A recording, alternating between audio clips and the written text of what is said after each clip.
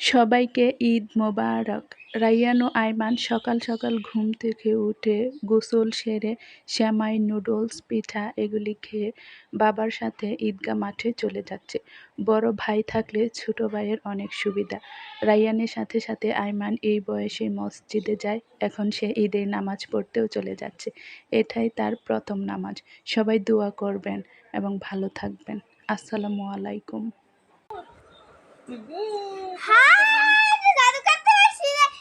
সবাইকে ঈদ মোবারক। রায়্যান ও আয়মান সকাল সকাল ঘুম থেকে উঠে গোসল সেরে সেমাই, নুডলস, পিঠা এগুলি খেয়ে বাবার সাথে ঈদগাহ মাঠে চলে যাচ্ছে।